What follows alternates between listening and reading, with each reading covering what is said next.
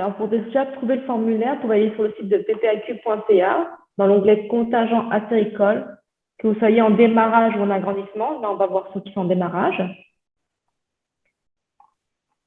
Vous descendez, là, vous avez tous les documents qui sont utiles, donc le formulaire de contingent démarrage, le formulaire de contingent démarrage pas à pas aussi, puis les autres documents. Là, je vais vous montrer celui de démarrage qui est ici. Dans la section 1, donc c'est l'identification de la personne ou de l'entreprise. Donc, vous mettez le nom, votre nom, le nom de l'entreprise, le numéro de PPAQ s'il y a lieu, le statut juridique de l'entreprise, donc c'est soit une entreprise individuelle, SEMC ou incorporée. Si c'est une entreprise, on vous demande de remplir l'identité de chaque actionnaire avec le pourcentage de participation. Si c'est juste une personne, juste vous identifier avec vos adresses, date de naissance, etc. Le grisé, j'aimerais ça que tu montres le grisé. C'est important de lire tout ce qu'il y a sur le formulaire. Oui, pour le démarrage, il faut joindre la photocopie d'un des documents suivants pour toutes les personnes. Permis de conduire, carte d'assurance maladie ou le certificat de naissance. Parce que comme vous êtes en démarrage, on ne vous connaît pas encore, on doit être sûr d'avoir la bonne identité des personnes. J'ai une petite question pour toi sur cette page-là, Linda. Oui. Admettons qu'il y a plus que 3 actionnaires dans l'entreprise, on fait quoi? Vous rajoutez une feuille blanche et puis vous mettez une petite étoile comme quoi il y a un 4e actionnaire et puis vous mettez toutes les informations, les mêmes informations que celle-là sur une feuille blanche ou alors ils peuvent réimprimer la même feuille et puis rajouter le 4e actionnaire. Parfait. Ensuite, l'adresse de correspondance, donc la personne à qui contacter au cas où si on a besoin de contacter la personne, surtout si c'est une entreprise avec plusieurs actionnaires. L'adresse de l'érablière. Ensuite, je passe à la section 2. S'il y a des questions sur l'identité, tu me dis, Mathieu. On passe à la section 2. Donc là, c'est le nombre d'entailles que vous allez demander. Donc, si vous n'avez pas de contingent, vous allez mettre le nombre d'entailles demandées ici, au maximum 25 000 entailles. Si par contre, vous allez acheter ou louer dans l'année suivant la demande une érablière qui a déjà du contingent, c'est là que vous allez mettre le nombre d'entailles demandées à hauteur de 10 000 entailles, parce que l'érablière a déjà du contingent. Dans la section 2.1, donc c'est votre choix par tirage au sort ou par distribution par tranche de 200 entailles. Ensuite, dans la section 3.1, donc le plan d'affaires, là comme c'est écrit, il faut fournir donc un plan d'érablière produit par un ingénieur forestier. Là, l'érablière, dans le 3.1.2, on a souvent les questions ici. Si par exemple, vous faites une demande de 10 000 entailles sur terre privée, vous allez remettre 10 000 entailles sur terre privée, si vous remettez le même chiffre. Par contre, si vous faites une demande de 10 000 entailles, mais il y a 5 000 sur terre privée et 5 000 en location, vous allez mettre ici 5 000 en terre privée et 5 000 en location. Pareil, si vous avez des demandes qui sont en terre privée et en terre publique, vous splittez vraiment le nombre d'entailles selon la demande. Ici, donc, pour fournir le titre de propriété, ça, on l'a déjà expliqué. Donc, que ça soit un acte de vente notarié, un bail, promesse de bail, promesse d'achat. Et évidemment, pour tout ce qui est terre publique, on demande le permis d'exploitation par le ministère.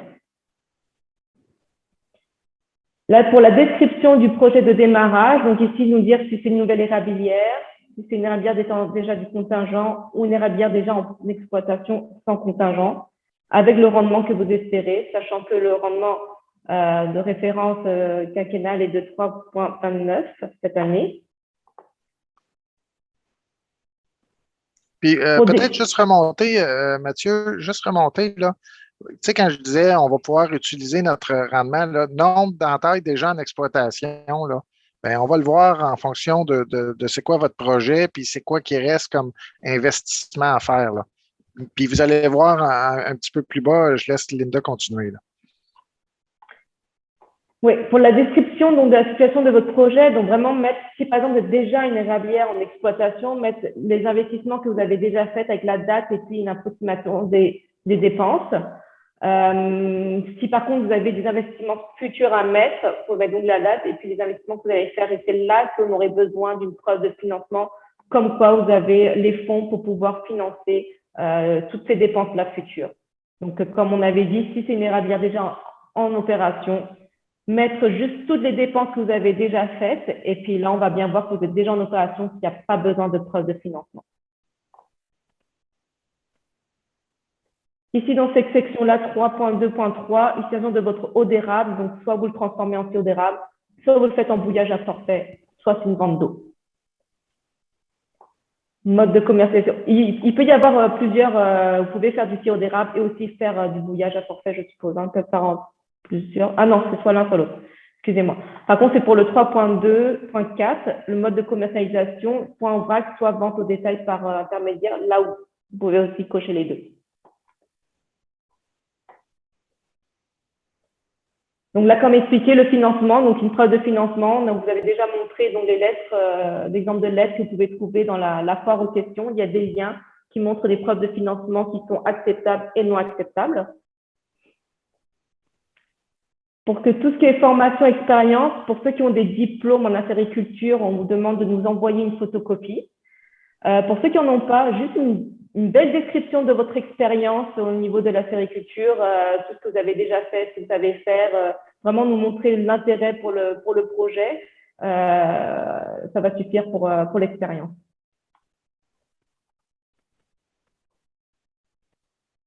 Ensuite, vous n'avez plus qu'à signer et puis envoyer votre demande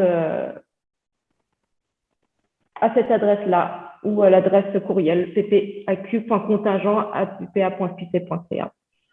Et regardez la note en rouge, là. La note en rouge, oui. Seuls les dossiers complets seront analysés. Aucun suivi des TPAQ ne sera effectué pour finaliser les dossiers incomplets. Donc, c'est de votre responsabilité de nous envoyer vraiment tous les documents. Si vous avez oublié des documents, vous pouvez nous les envoyer toujours avant le 15 octobre, bien mentionné par courriel comme quoi vous avez déjà envoyé votre document, mais qu'il manquait, par exemple, la preuve de financement. La voici. Donc, si vous pouvez vraiment bien l'indiquer pour pas qu'on ait recherché vos dossiers. Pour ceux qui vont analyser les dossiers, donc on va avoir un formulaire d'évaluation. On va regarder par rapport à ça votre dossier. Donc, voici les critères. En gros, c'est le formulaire. On va le regarder s'il est bien complet, bien rempli, que tout le monde soit bien identifié, qu'on a reçu les photocopies d'identité des personnes quand c'est en démarrage.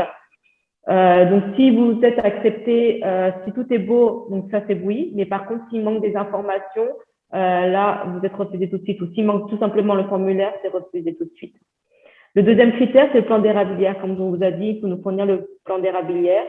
Si vous pensez qu'on l'a déjà et que vous êtes sûr, juste le mentionner qu'on a, nous, votre plan d'érablière dans les dossiers. Donc, nous, on ira voir. Et puis, si on l'a, ça va être un oui. Et puis, par contre, si on n'a pas dans nos dossiers ou qu'on ne l'a pas dans votre dossier reçu, ça va être non. Et c'est pareil, le dossier va être refusé tout de suite. Le titre de propriété, donc, je répète, une preuve de propriété. Titre de propriété, preuve de propriété, c'est une acte de vente notariée. Parce que tout le monde nous demande qu'est-ce que c'est qu'un titre de propriété. C'est l'acte de vente notarié ou une promesse d'achat, un bail notarié donc de 15 ans ou une promesse de bail. Et bien sûr, il faut la lettre ou la lettre de permis d'exploitation du ministère si c'est en terre publique. Donc ça, c'est pareil. S'il nous manque l'un des titres de propriété, même si vous demandez en terre privée, il faut donc l'acte de vente ou, comme on a dit, on acceptait aussi les comptes de taxes. Si c'est en terre, si c'est sur la location, là, on va demander un bail. Donc, s'il manque un des deux, ça sera refusé. Le preuve de financement, donc ça, pareil. S'il manque la preuve de financement pour le démarrage, le dossier sera aussi, pareil, refusé directement si on ne l'a pas. Et comme on l'a expliqué encore, si vous êtes déjà en opération, que vous le montrez bien que vous êtes en opération, on va accepter puis on va continuer. Au niveau du pointage pour le démarrage, donc pour la description du projet, on va vraiment regarder dans la section 3, comme je vous avais montré auparavant, regarder les investissements, qu'est-ce qui a été déjà dépensé ou les investissements futurs. Toutes les étapes que vous avez expliquées, on va regarder vraiment le dossier au complet et on va regarder un peu comment vous avez décrit votre projet. Donc, selon si c'est bien décrit, on va vous donner 30 points si c'est satisfaisant. S'il nous manque des informations, qu'on pense que c'est pas très clair, on va vous mettre 20 points. Et puis, si vraiment il manque beaucoup d'informations, vous mettez juste qu'il n'y a pas de dépenses, ou vous mettez juste, OK, j'ai travaillé avec mon père pendant 5 ans. Là, par contre, le projet, il n'est pas assez complet pour nous. Au niveau de la rentabilité, donc c'est pareil, c'est par rapport aux dépenses et aux investissements et puis par rapport au calcul du rendement. Donc, on va voir si ça a du sens que vous nous mettez dans votre dossier. La transformation de l'eau d'érable à l'érablière, donc là, pareil, si vous transformez l'eau en sirop d'érable, on va vous mettre 20 points. Si vous allez faire bouillir à forfait, 15 points. La vente d'eau d'érable, c'est 15 points. Ensuite, on va regarder votre formation. Si vous avez vraiment un diplôme, une formation en acériculture, en foresterie, là, vous avez 30 points. Si vous, pour l'expérience, si vous nous décrivez bien l'expérience, qu'est-ce que vous faites dans une érablière, c'est quoi vos tâches, etc. Étape par étape, là, on va vous mettre 20 points. Et puis, par contre, si c'est vraiment très, très peu, si vous mettez, comme je vous ai dit, 10 ans d'expérience, je ne sais pas, avec mon père, c'est pas suffisant pour nous. On aimerait vraiment que vous décrivez les étapes un peu de ce que vous faites dans l'érablière. Donc, pour avoir un pointage, votre dossier sera accepté à admissible si vous avez un pointage de 75 et plus.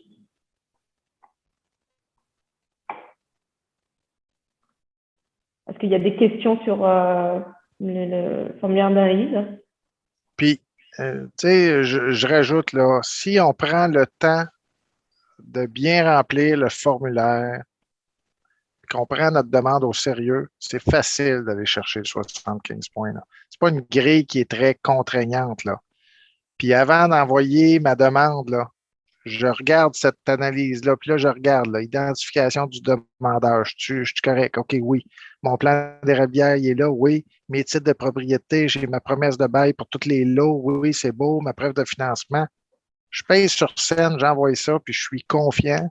Je n'ai pas besoin de rappeler les PPAQ. J'ai fait mon propre contrôle de qualité.